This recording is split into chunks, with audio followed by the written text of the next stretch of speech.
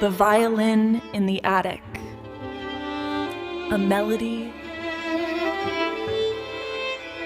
Emily Harper, 34, stood at the base of the attic stairs in her late mother's Victorian home in New Orleans, her heart pounding like a drum in the quiet night.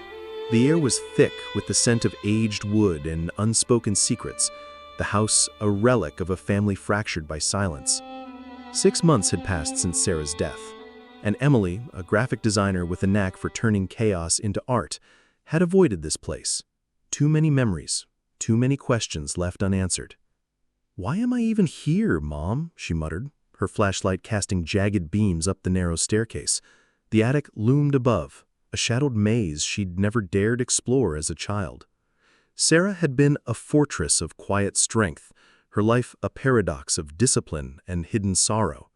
Once a violinist who set New Orleans jazz clubs ablaze, she'd abandoned her music when Emily was born, trading her bow for the routine of motherhood.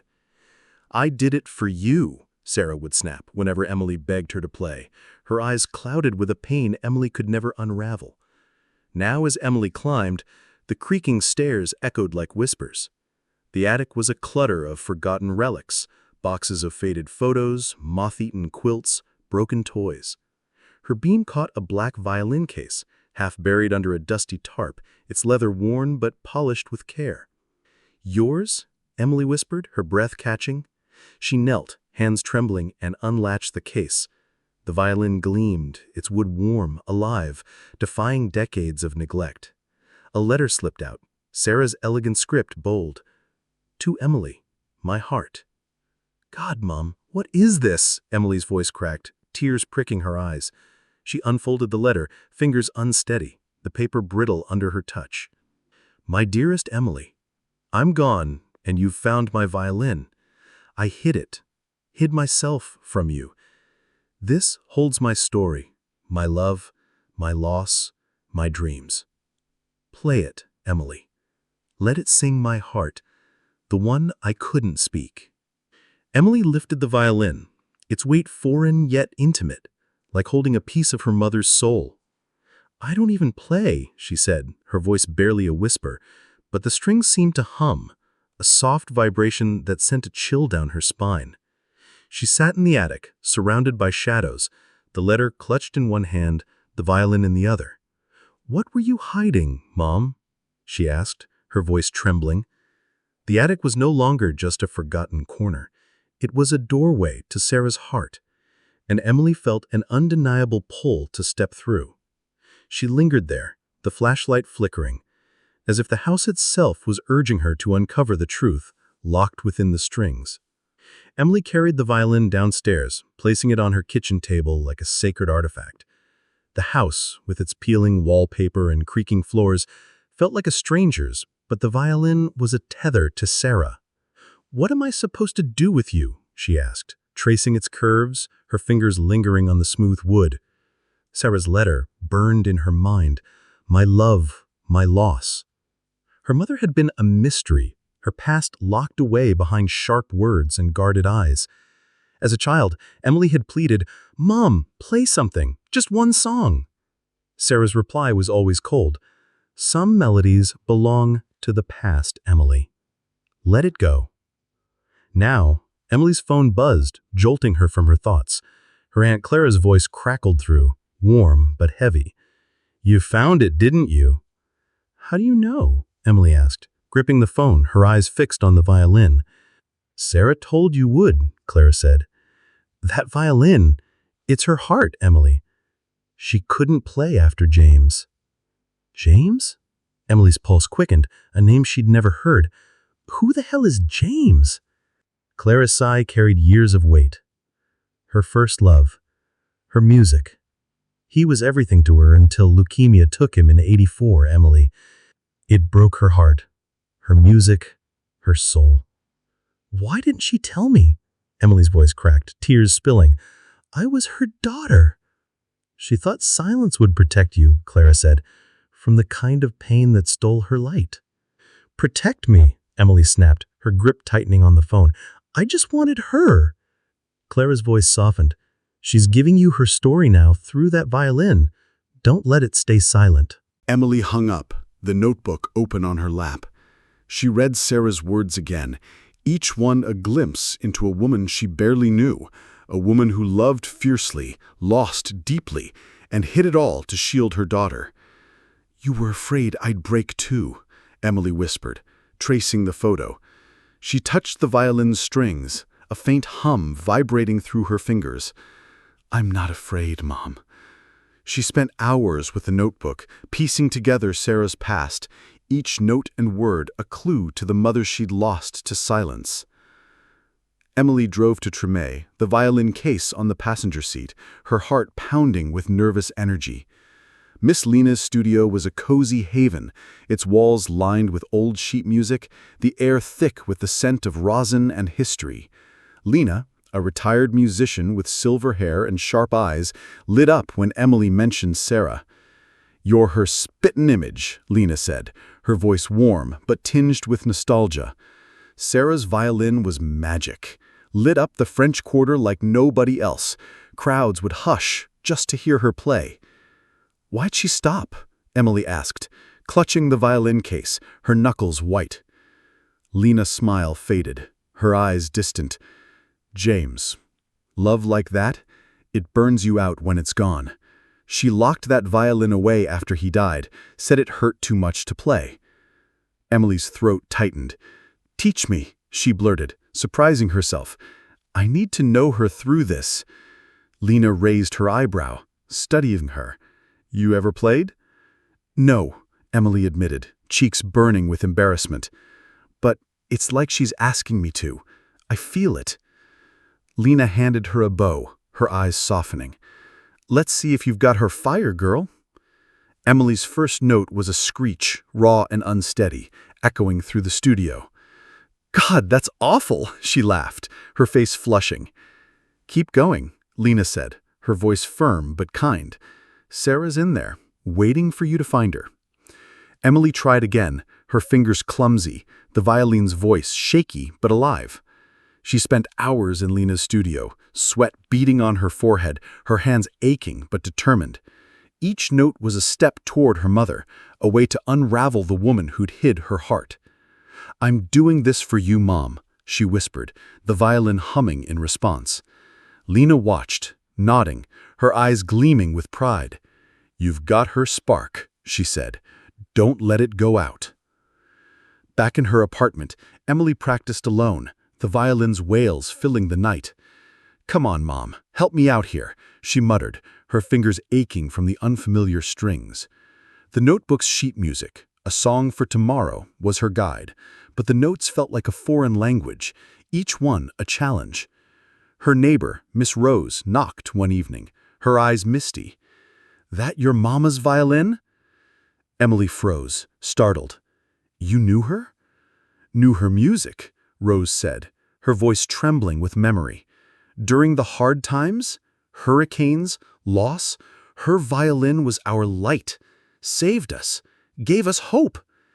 Emily's throat tightened, tears threatening to spill. "I'm trying to play it.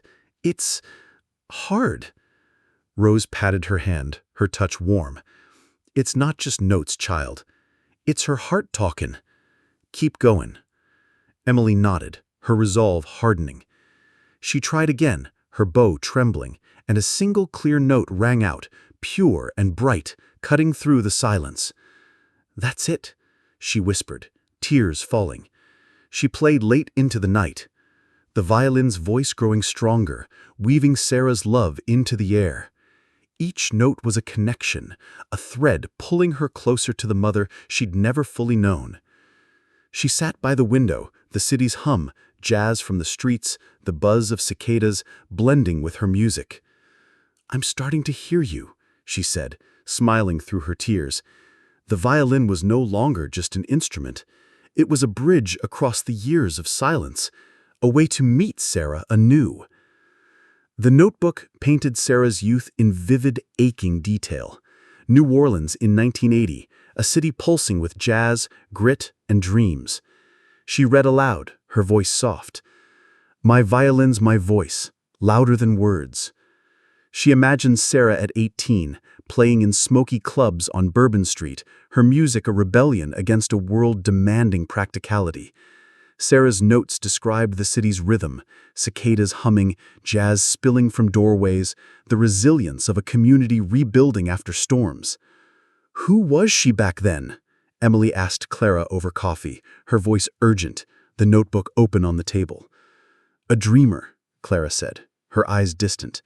She and James were going to conquer the world. Their music was love, pure and simple, like the city itself. "What happened to her?" Emily pressed, her fingers tight around her mug. "Life," Clara said, her voice heavy. "Leukemia took him in '84, and it shattered her. She locked that violin away and never played again." Emily's jaw clenched, anger rising. "She never told me any of this. Why?" "She wanted you safe," Clara said softly, "from the kind of pain that breaks you." "Safe?" she scoffed, her voice sharp. "I just wanted her. The real her." Clara reached for her hand, her touch gentle. "She's giving that to you now, through the violin. Don't let her down." Emily went home, the notebook open on her lap. She read Sarah's words again, each one a glimpse into a woman she barely knew, a woman who loved fiercely, lost deeply, and hid it all to shield her daughter. "I'm going to know you, Mom," she vowed, her fingers tracing the photo of Sarah and James, their smiles frozen in a moment of joy. Emily found a cassette in the attic, labeled Sarah and James, '83, tucked in a dusty box of old records. Her hands shook as she played it, and her mother's violin filled the room, vibrant and soulful, joined by a trumpet's warm, rich notes. "James," she whispered, picturing the man from the photo, his smile bright as the Mississippi. The music stopped abruptly, and Sarah's voice cracked through the static. "James, I can't lose you." "I'll always be in your music, Sarah," he replied, his voice weak but steady, laced with love. Emily's heart raced, tears streaming down her face. "You recorded this?" she asked the empty room, her hands trembling. She played it again, hearing love, fear, and promises in every note. The tape was a window into Sarah's heart, a moment frozen in time when her world was whole. She called Lena, her voice urgent. "I found a tape, Mom and James. It's intense." "Bring it tomorrow," Lena said, her tone serious. "You're not just learning to play, Emily. You're learning her soul." Emily listened to the tape all night, the violin and trumpet weaving a story of love and loss. She imagined Sarah in a hospital room, playing for James, pouring her heart into every note. "I'm going to find you, James," she said, clutching the cassette. "And you, Mom." The tape was a lifeline, a piece of Sarah's past she could hold, and it fueled her determination to bring her mother's music back to life. Emily practiced A Song for Tomorrow with Lena, each note a step closer to Sarah. "It's like she's here," Emily said, her bow trembling as she played, the studio filled with the violin's voice. "She is," Lena replied, her eyes soft.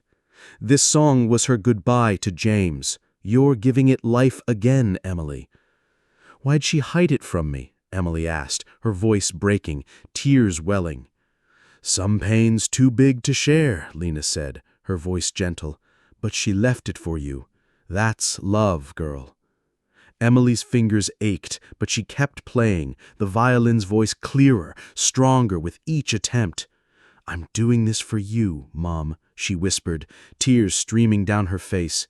She practiced until dawn, the notes blending with the hum of New Orleans outside, jazz from the streets, the buzz of life. The violin was no longer just an instrument. It was a bridge to her mother, a way to understand the woman who'd loved her in silence.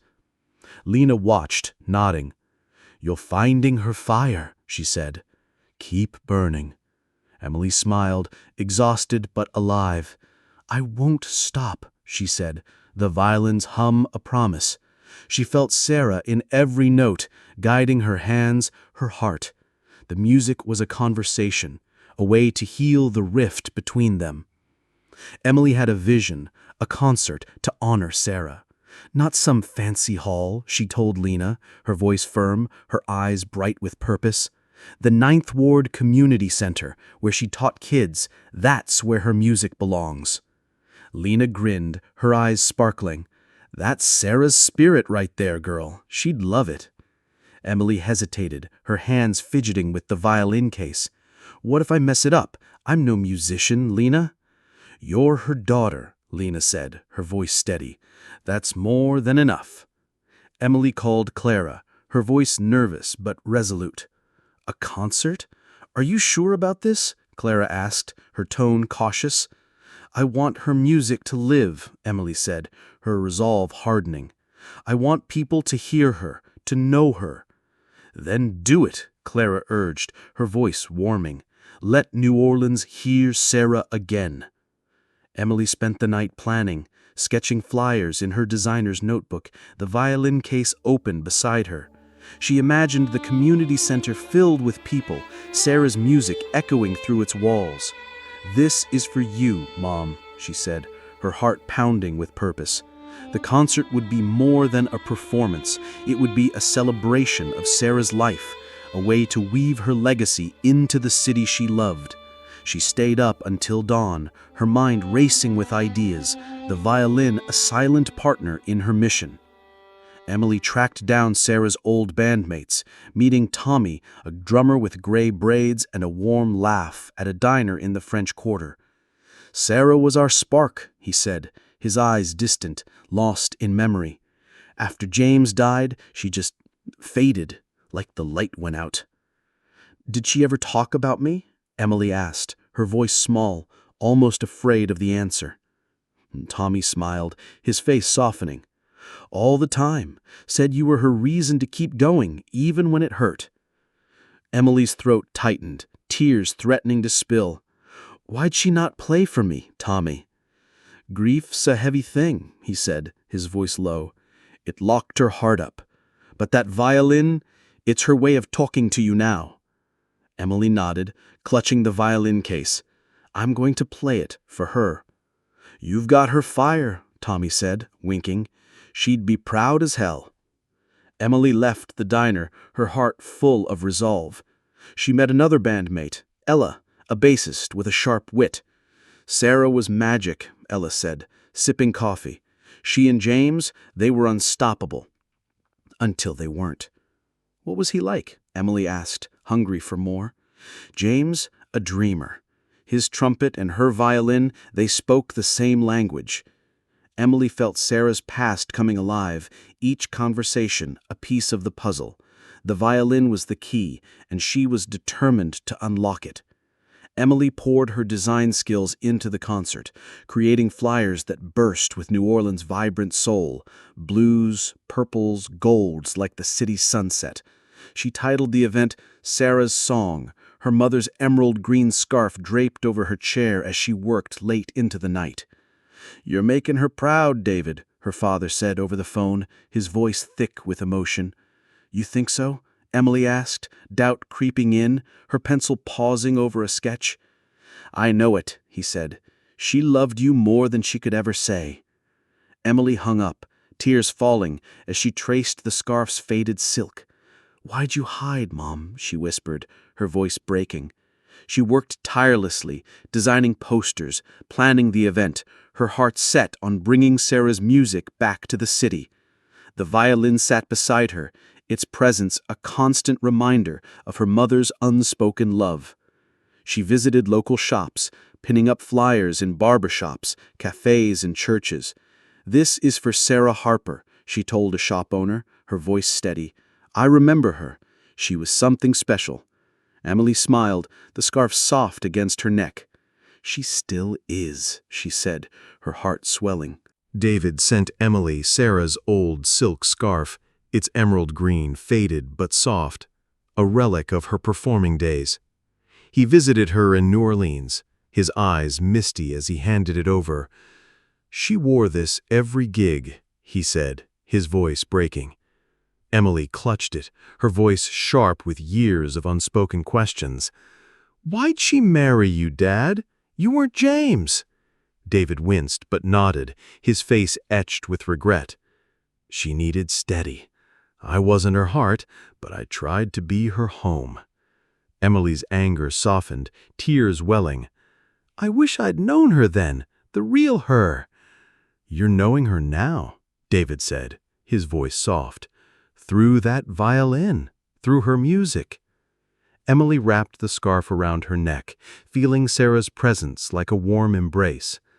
I'm trying, Dad, she said, her voice softer. They sat in silence, the scarf a bridge between them, a tangible piece of Sarah's past. David shared stories of Sarah's quiet moments, her love for gardening, her laughter with Emily as a toddler. She wanted to protect you, he said, from the pain she carried. I just wanted her, Emily whispered, tears falling. The scarf was a reminder of Sarah's vibrant youth, and Emily felt closer to her than ever. Emily's lessons with Lena grew intense, the violin's voice coming alive under her hands. Feel the music, don't fight it, Lena coached, as Emily played A Song for Tomorrow, the notes filling the studio. It's like she's guiding my hands, Emily said, awe in her voice, her bow steadying. That's her love, Lena replied, smiling. Let it out, girl. Emily practiced until dawn, the violin's notes blending with the city's hum, jazz from the streets, the buzz of cicadas, the pulse of New Orleans. I'm finding you, Mom, she murmured, a smile breaking through her tears. Each note was a conversation with Sarah, a way to bridge the years of silence. The violin was no longer foreign. It was a piece of her mother, alive and singing. Lena watched, her eyes gleaming with pride. You're not just playing, she said. You're telling her story. Emily nodded, exhausted but alive. I'm not stopping, she said, the violin's hum a promise. She felt Sarah in every note, guiding her hands, her heart, as if her mother were standing beside her, whispering encouragement. Emily rallied Sarah's old students, now adults, to join the concert. Your mom changed my life, one said, a man named Marcus, his eyes shining with gratitude. Her music classes kept me off the streets. Emily's heart swelled, tears pricking her eyes. Will you play with me? She asked, hopeful. For Sarah? Hell yeah, Marcus said, grinning, his hands already itching for his saxophone. Emily hung flyers in barbershops, cafes, and churches, the violin case always at her side. This is for you, Mom, she said, pinning one up, her voice steady with purpose. The community center became her focus, a place where Sarah's legacy could live again. She met with the director, Miss Diane, who smiled warmly. Sarah was our anchor. Her music classes gave kids hope, a reason to dream. I want her music to live here again, Emily said, her voice resolute. You've got her spirit, Diane replied, her eyes kind. This concert's going to be something special. I hope I don't screw it up, Emily said. You won't, Diane said firmly. You're Sarah's daughter. Emily found another note in the notebook, tucked between pages of sheet music. Emily, I didn't play because I was afraid you'd love it too much, like I did. It broke me. Afraid? Emily snapped at the page, her voice echoing in her apartment. You pushed me away. She called Clara, her voice shaking with anger and hurt. Why would she think music would hurt me? Love hurt her, Clara said softly, her voice heavy with memory. She thought keeping you from music would keep you from heartbreak, from the pain that stole her light. Emily gripped the violin, her jaw tight. I'm playing anyway, Mom, for both of us. She drew the bow across the strings, the sound raw but fierce, a defiance of Sarah's fears. The music was her rebellion, her way of claiming the mother she'd lost to silence. She played until her fingers bled, each note a shout into the void of her mother's secrets. The Ninth Ward Community Center was weathered but alive, its walls echoing with Sarah's legacy.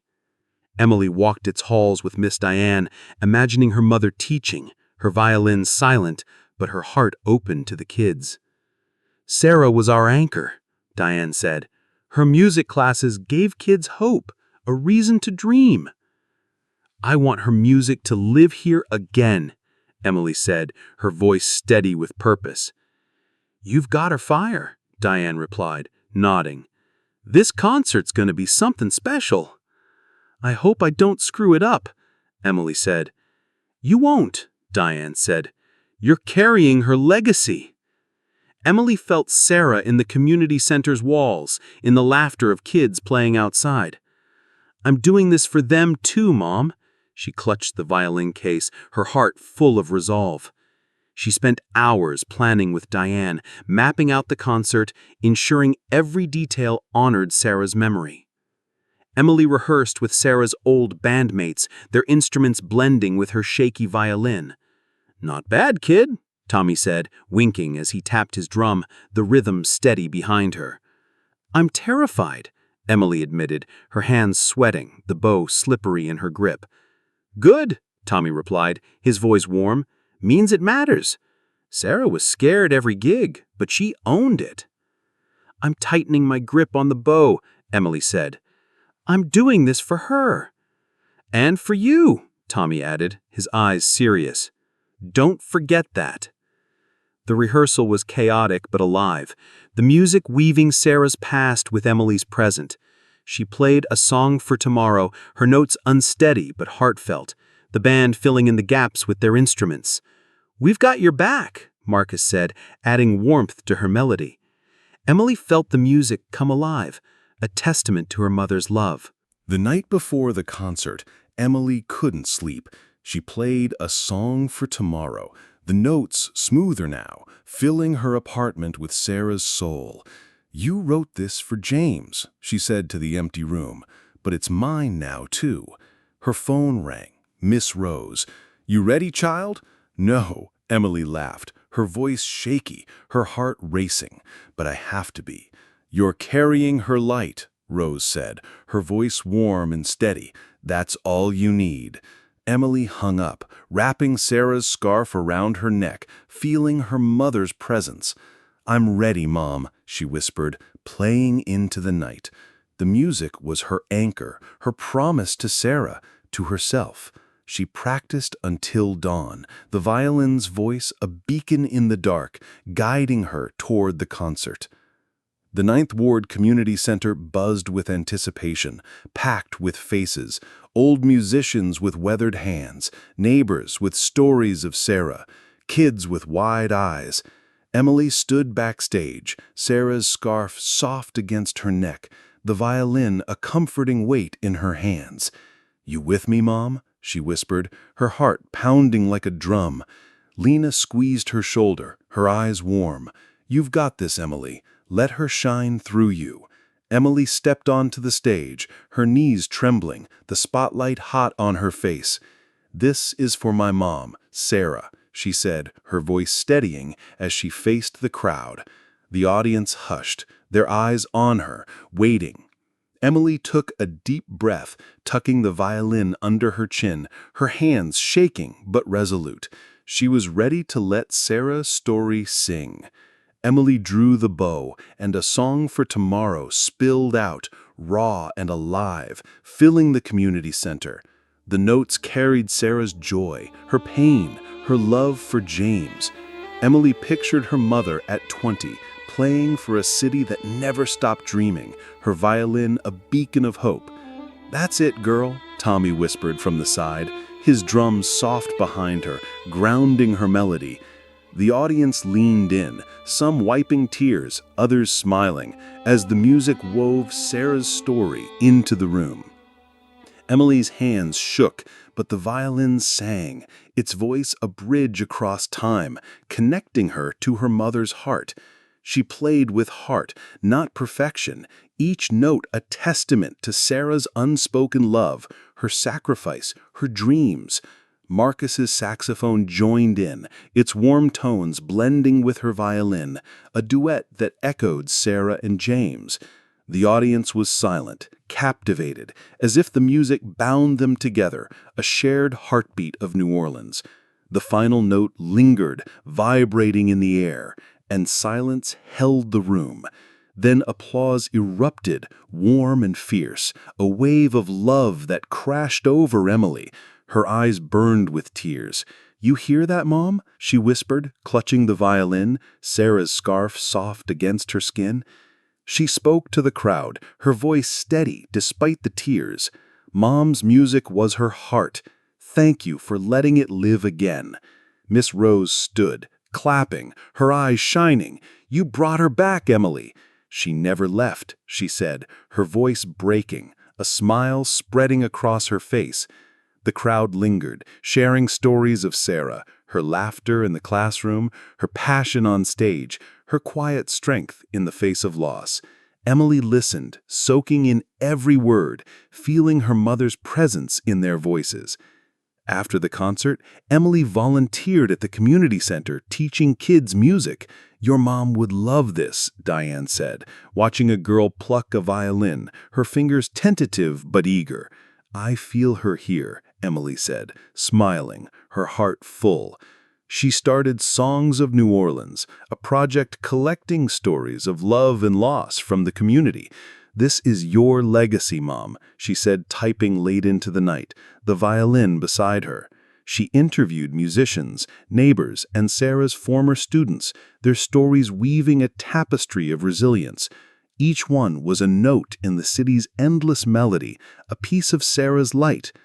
Emily's classes grew, drawing kids from across New Orleans. She saw Sarah in their eager hands, their bright eyes, their dreams. "You're passing it on," Lena said, watching Emily teach.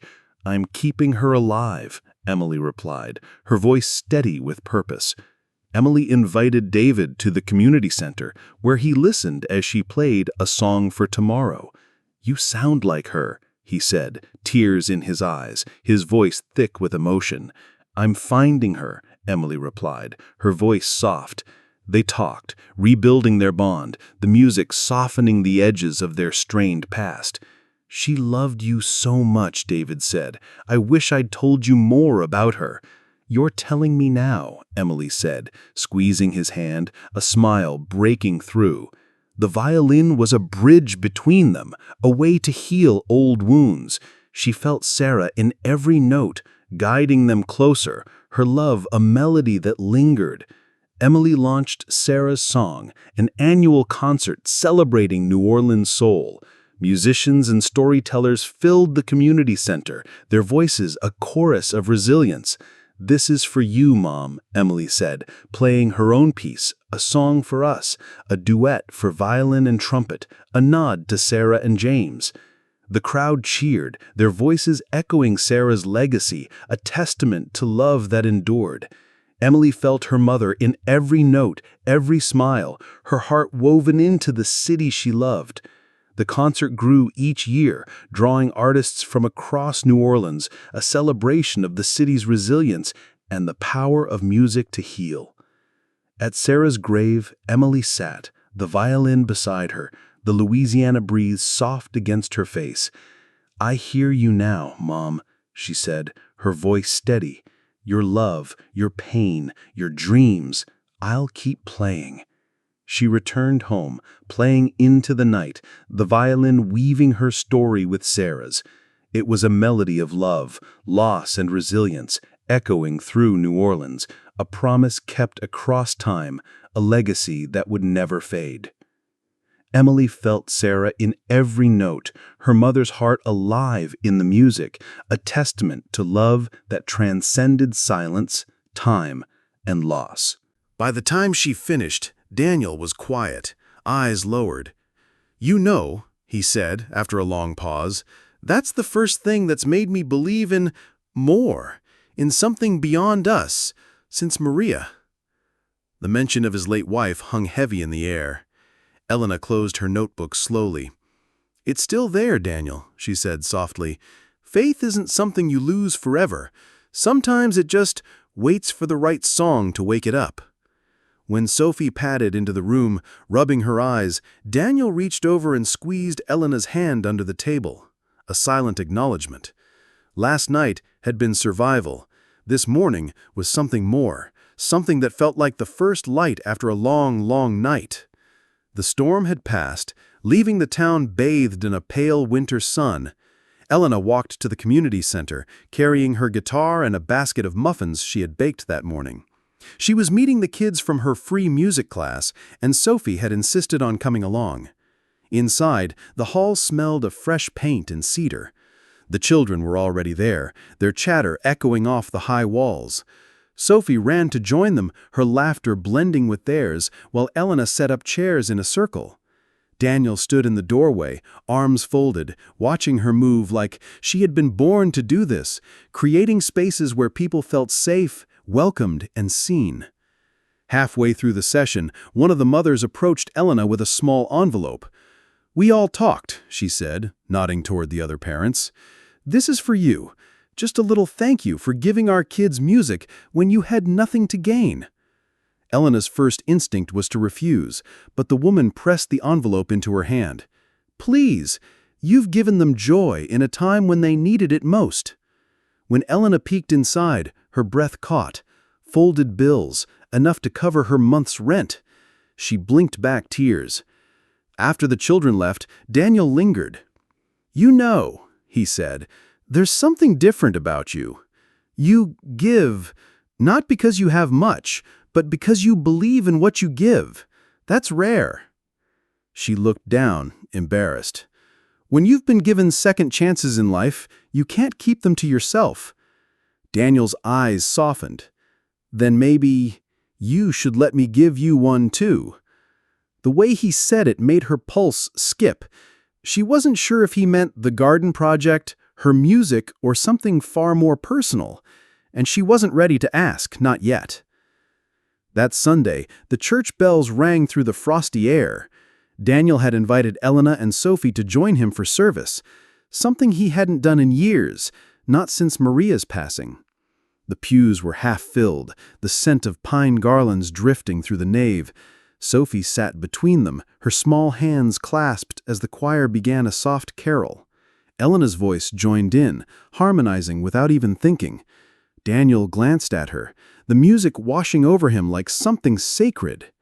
Halfway through the sermon, the pastor spoke about forgiveness, not just toward others, but toward oneself. He said, "Some of you carry guilt like a stone in your pocket, but God didn't design you to live bent under that weight. He came so you could put it down." Daniel's chest tightened. He had been carrying that stone since the night of the accident. Maria's death wasn't his fault, but the what-ifs haunted him. Elena must have sensed the shift because she laid her hand gently over his. The warmth traveled straight to his heart. After the service, the congregation moved to the small altar to light candles. Daniel surprised himself by stepping forward. He lit one, closed his eyes, and whispered, "If you can hear me, I'm ready. Help me let go." When he opened them, Elena was beside him, her own candle flickering. She leaned closer and murmured, "Sometimes when you release what's heavy, you make room for what's beautiful." He realized then, she wasn't just healing Sophie, she was healing him. The winter festival arrived in a rush of lights, music, and cinnamon-scented air. The town square was strung with lanterns, and a small stage had been set up for local performers. Elena's students had been invited to play, and she had encouraged Sophie to join. At first, Sophie refused. Shyness had always held her back. But that night, as the crowd gathered, she tugged at Elena's sleeve. "Will you play with me?" They stepped onto the stage together. Elena strummed the opening chords of the new song she had written after the storm, the prayer song. Sophie began to sing, her small voice trembling at first, then growing steadier. Daniel stood at the edge of the crowd, his eyes never leaving his daughter. He hadn't heard her sing like that since Maria was alive. When they finished, the audience erupted in applause. Sophie turned to Elena, throwing her arms around her. "You're my miracle," she whispered. Later, Daniel found Elena by the cocoa stand. "You didn't just teach her music," he said quietly. "You gave her back her voice. And maybe you've given me back mine, too." It was late when the festival ended, the snow falling in slow, gentle spirals. The square had emptied, leaving only the three of them walking home under the glow of the street lamps. Halfway down the street, Daniel stopped. The snow crunched under his boots as he turned to Elena in cold air. "There's something I need to say before this night ends." Elena looked up at him, her breath visible in the cold air. "I've been afraid to feel this again, afraid to love, afraid to hope. But you've shown me that love isn't replacing what was lost. It's honoring it by living fully again." Elena's heart thudded. "Daniel." He took her hands in his. "I don't know what the future holds, but I do know I want to face it with you. You, me, and Sophie, under God's light, if you'll have us." The church bells in the distance struck midnight. Snowflakes landed on Elena's hair like tiny blessings. She smiled through her tears. "Then let's walk into it together." As they continued home, Sophie skipped ahead, her laughter ringing like a melody. Daniel and Elena walked behind, their joined hands warm against the winter night.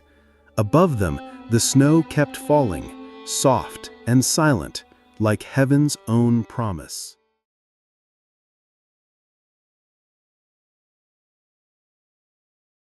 If you enjoyed this video, don't forget to give it a like and leave a kind comment. To help the channel stay motivated to create more great videos, please hit the subscribe button. Wishing you happiness and peace in the light and love of God.